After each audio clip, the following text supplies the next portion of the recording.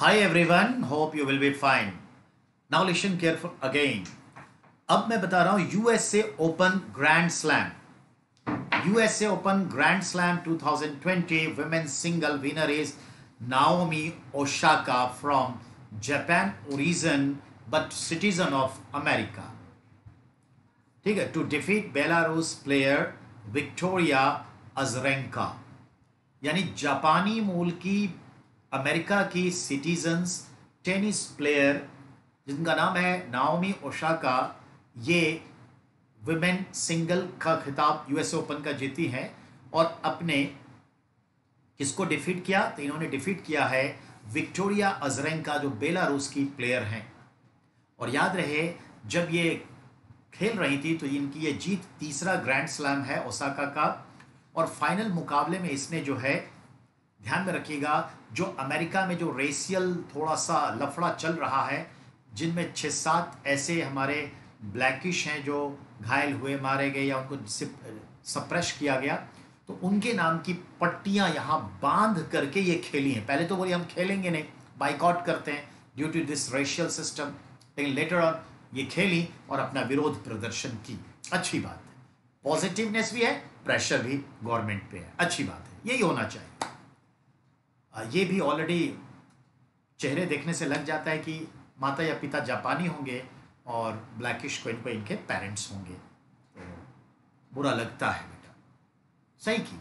अब आगे आइए, अब याद में रखिएगा कि वो खेली तो 7वां मास्क था किसी न किसी अश्वेत के नाम पर, तो पट्टी भी बांधी और मास्क भी जो लगाती थी तो कोई ना कोई ब्लैकिस के इस पे नाम होते थे जो इस आंदोलन में कहीं ना कहीं हताहत हुए।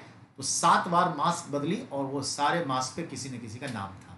तो विरोध प्रदर्शन भी बड़ा अच्छा है, बड़ा पॉजिटिव विरोध प्रदर्शन है, आई लाइक इट। अब आइए, अंटार्कटिका में आज तक कोविड-19 बीमारी नहीं पहुंची। ये एक अच्छा क्वेश्चन है कि हमारे पृथ्वी पर कौन सा ऐसा महाद्वीप है जहां पर कोविड-19 की बीमारी आज तक, आप 26 तारीख लिख लीजिए, नहीं पहुंची है, तो यही है। अब है, हम बात करें तो दूसरी चीजों में, एनसीटी दिल्ली गवर्नमेंट ने पार्ट टाइम कामगारों का न्यूनतम वेतन तय किया है। यह 22 अक्टूबर 2019 से मान्य होगा।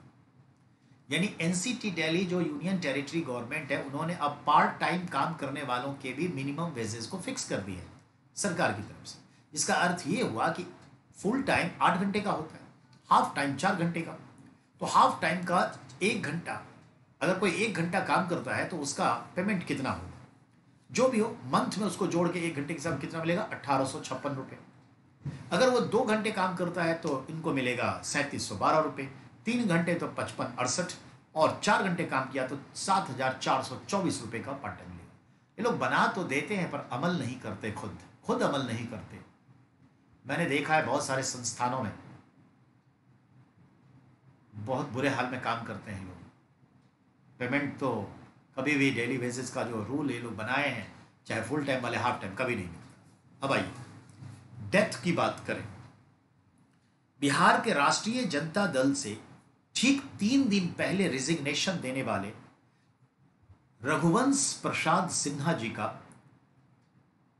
जो है बीमारी से मौत हो गई एम्स दिल्ली में।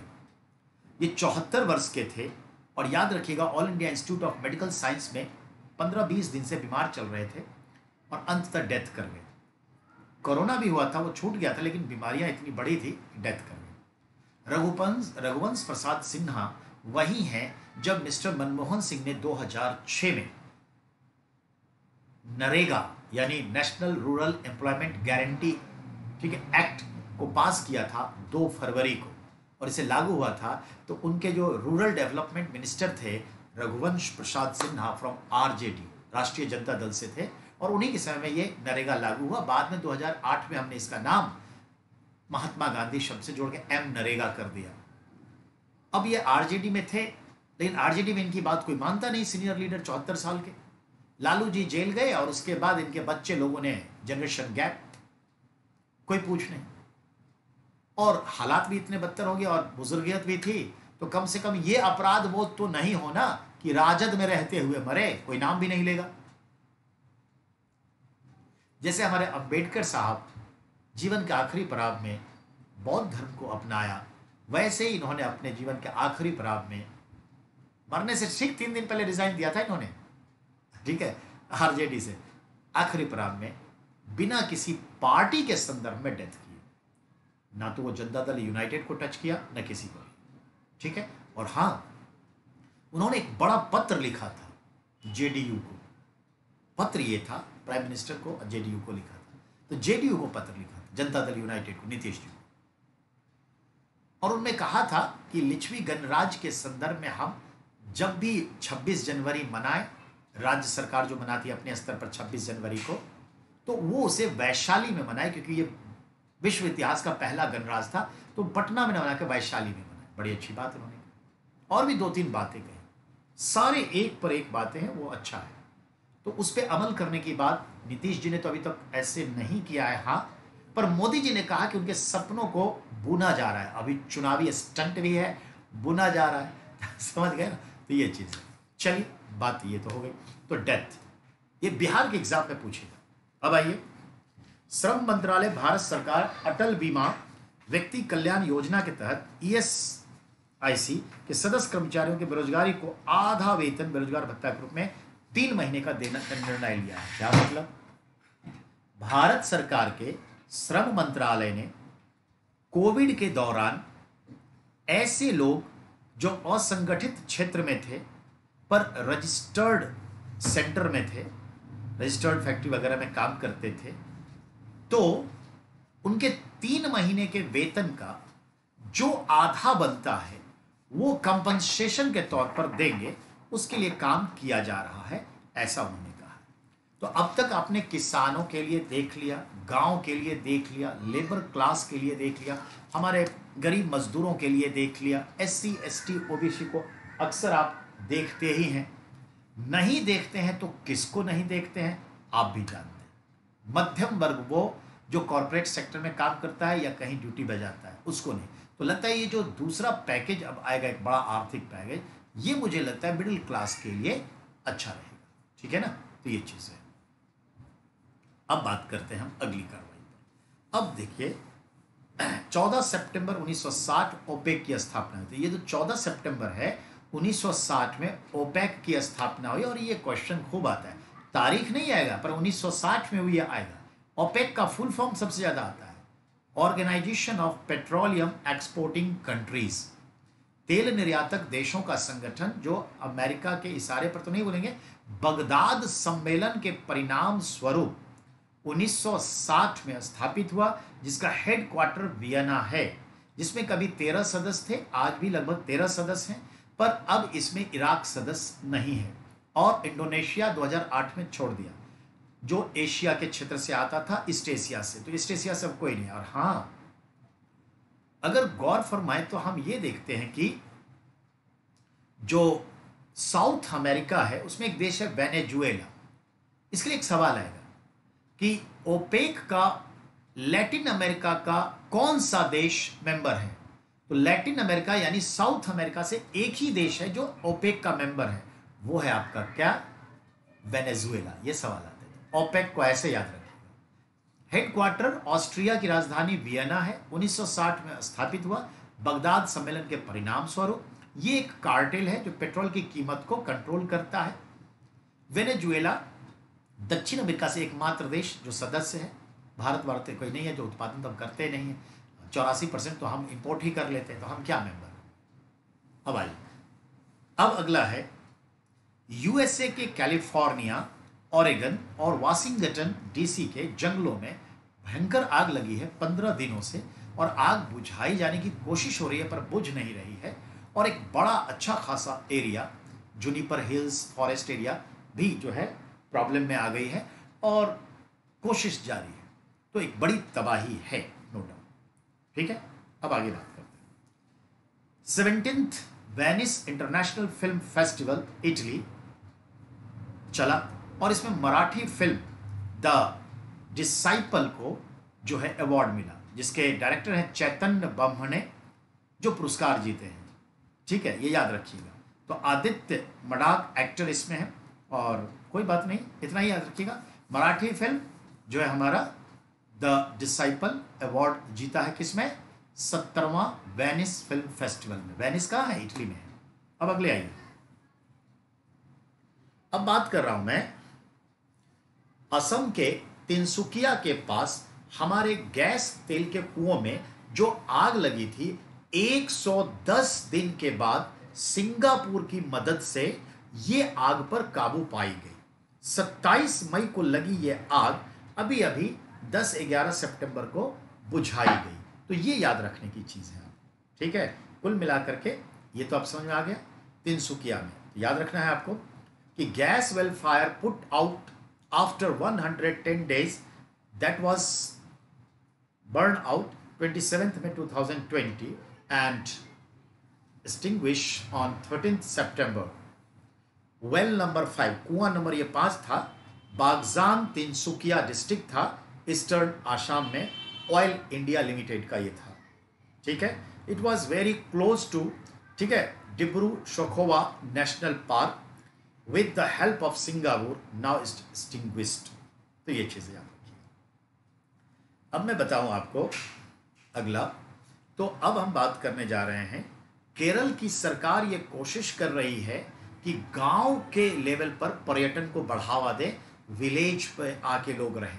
तो केरल की सरकार देखें तो केरल में बहुत सारे बैकवर्ड एरियाज वाला एरिया है।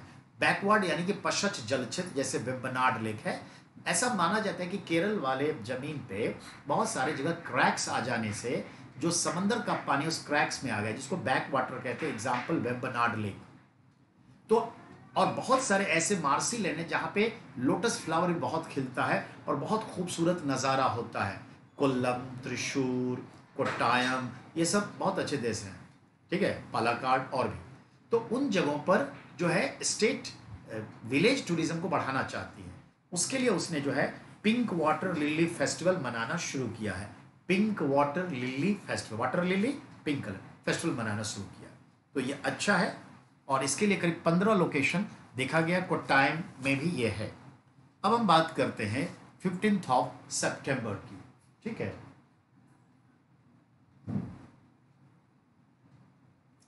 15th ऑफ सितंबर पे आइए। नेशनल इंजीनियर्स डे 15 सितंबर को मनाया जाता है।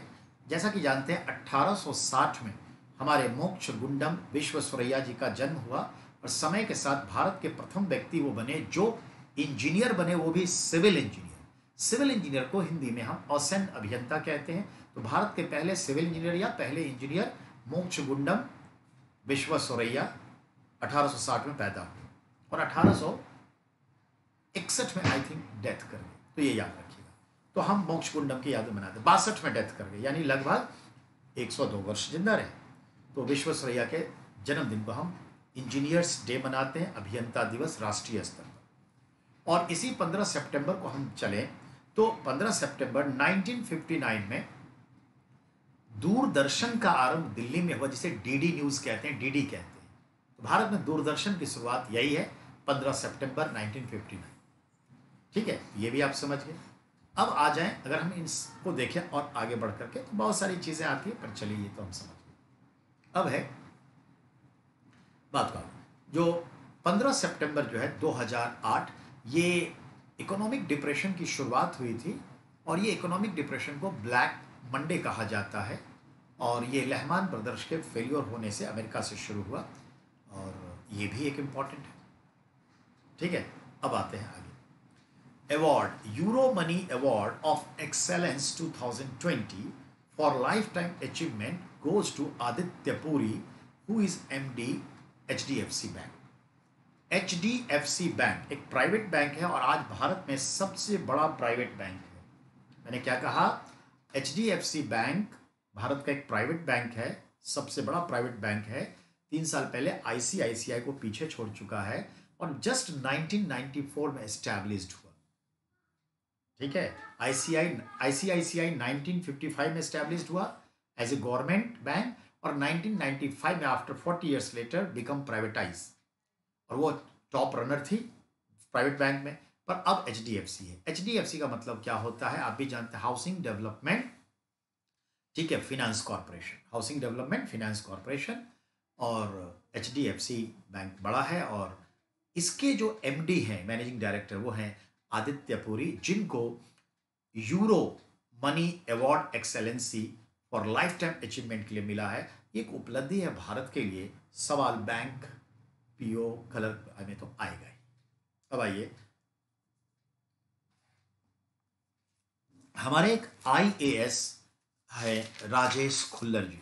राजेश खुल्लर जी अभी जो वर्तमान में कुछ दिनों पहले तक थे हरियाणा के मुख्यमंत्री जी मनोहर खट्टर जी के प्रधान सचिव थे। ठीक है, प्रधान सचिव। अब उनका चयन हो गया है वर्ल्ड बैंक में, ठीक है,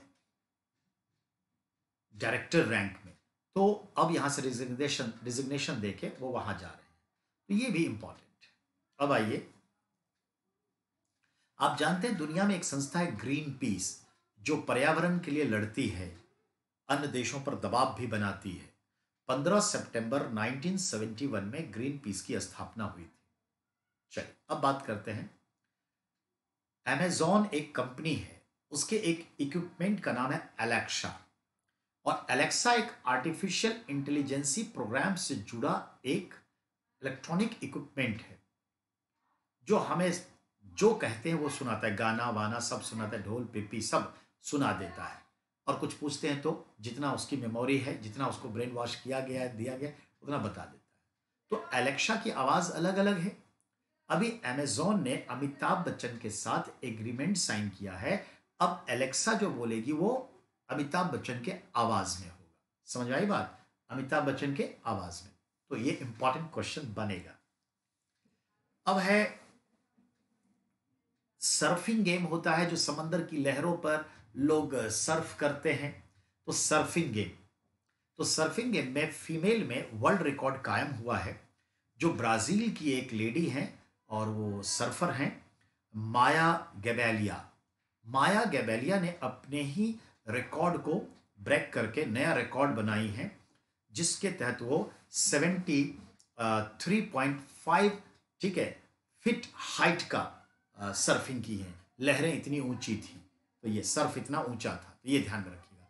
अगर इसको मीटर में देखें तो लगभग 22.4 मीटर हाइट पर सर्फिंग की, लहरों पर। मायने रखता है, साहस की बात है।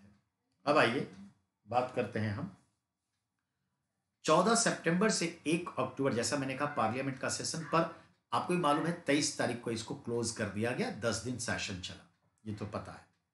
अब बात करते हैं हम विश्वास योजना के तहत भारत सरकार गरीब, एससी, एसटी, ओबीसी को कम ब्याज दर पर ऋण उपलब्ध कराएगी।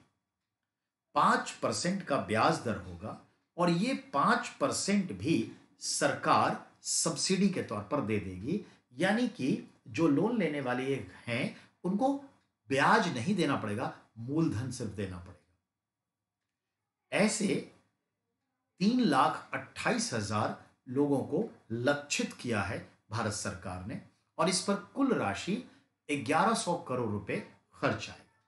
इसे सामाजिक न्याय और अधिकारिता मंत्रालय, थावरचंद गहलोत है मेरे ख्याल से, ये चलाएंगे।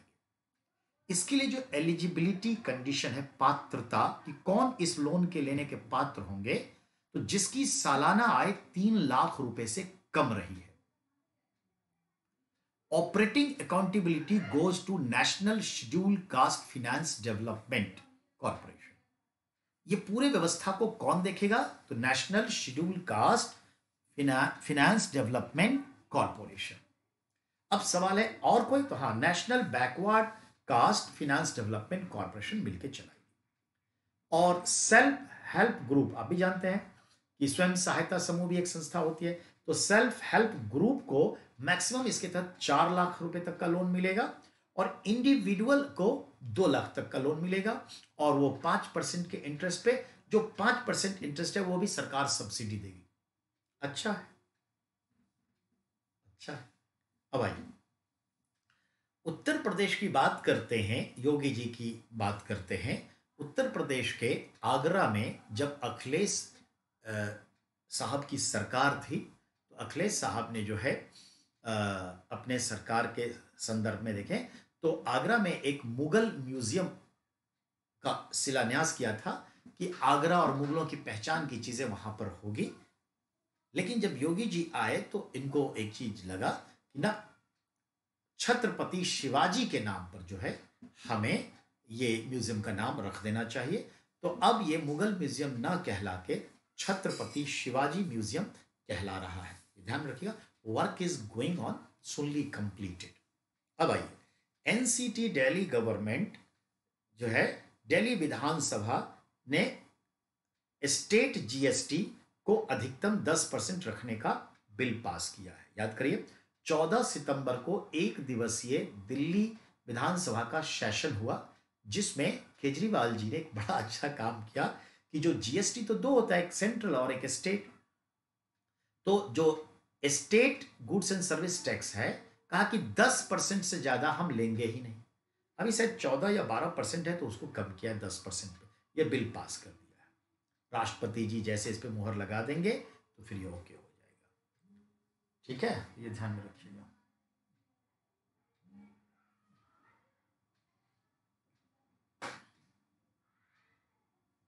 Just minute.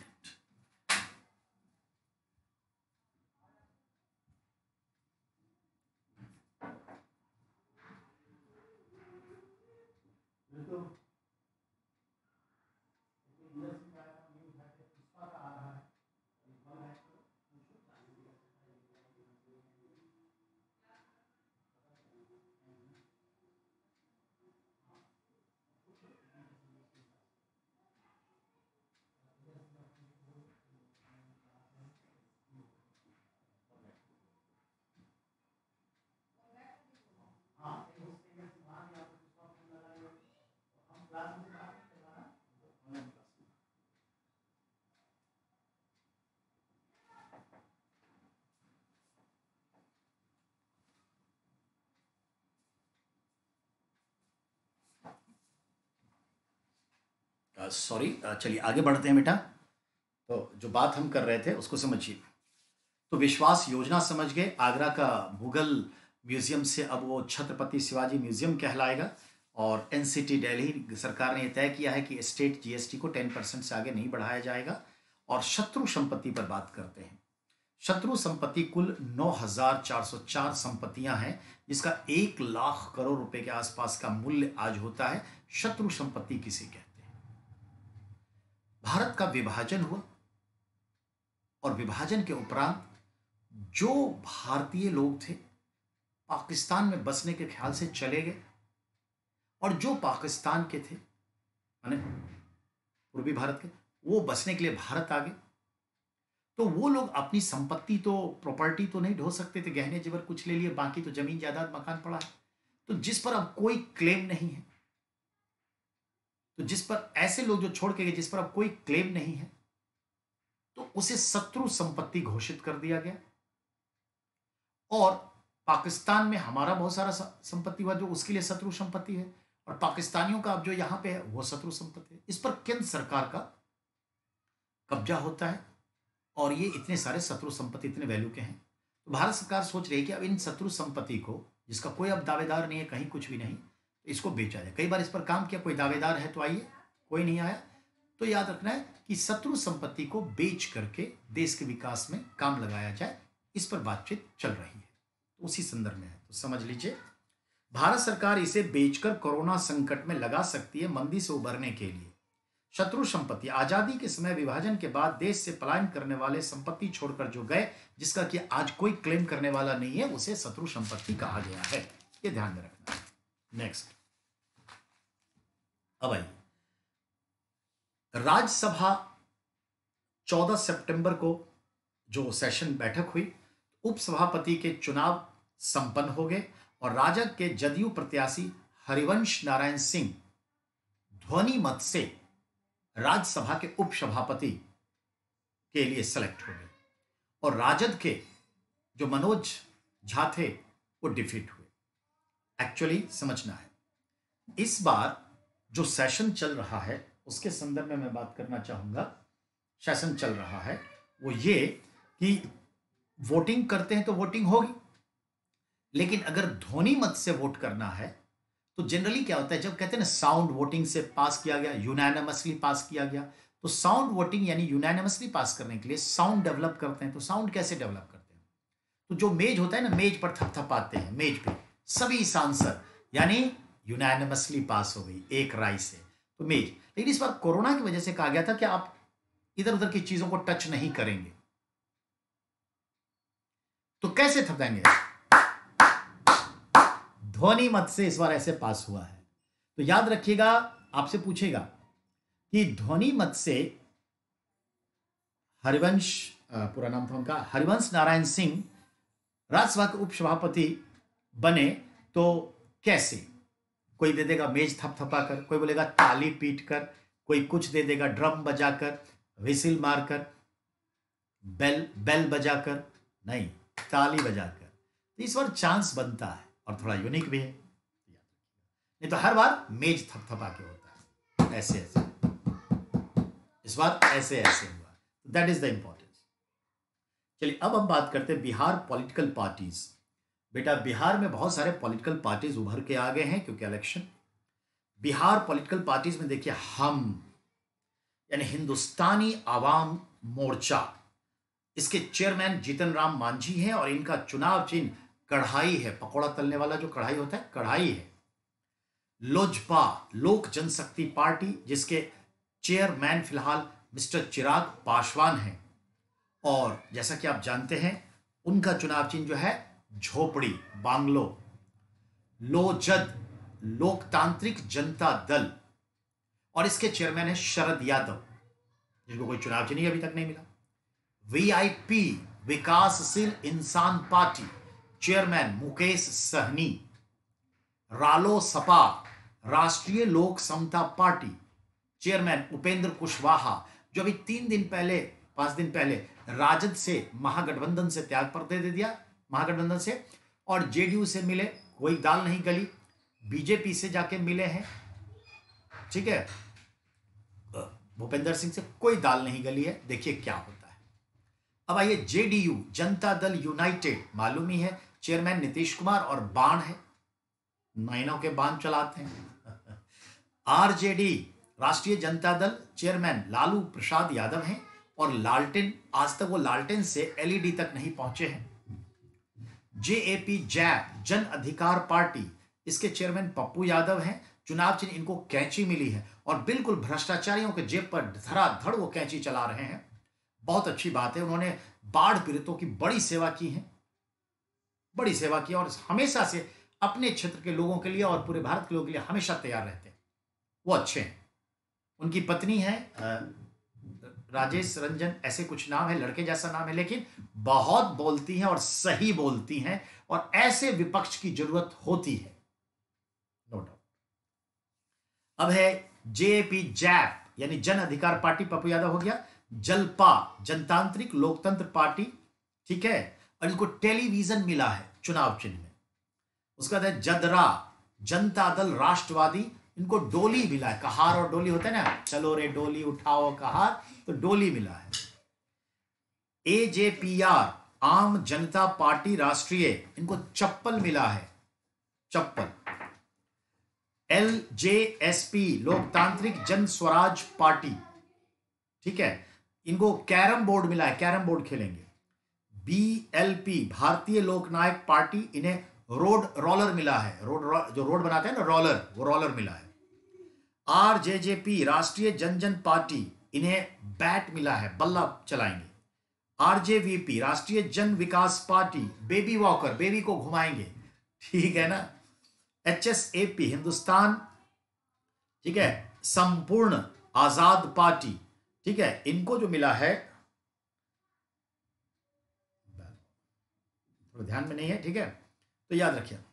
और RPI, Republican party of India, इनको दूरबीन मिला है, दूरबीन से देखेंगे। और हमारी एक बहुत ही तगड़ी राजनेत्री उभर के आ रही हैं, जिनको मैंने कहा हुआ है कि 2024 तो नहीं, सॉरी 2021 तो नहीं, पर 2000 के 25-26 के इलेक्शन में वो सरकार में शामिल होगी, नो डाउट। प्लूरल्स, बस उनका तेवर ऐसे ही चलते रहे और देखिए फिर क्या होता है। तो विधानसभा चुनाव 243 सीट मालूम है अक्टूबर नवंबर में होना है। आज तो अधिसूचना भी आ गई, पर हम इसके साथ ही समाप्त करते हैं आज का ये मैराथन दौर, और कल फिर शुरू होने वाला है अगला मैराथन। तैयार रहिए, ठीक है। Thank you very much everyone.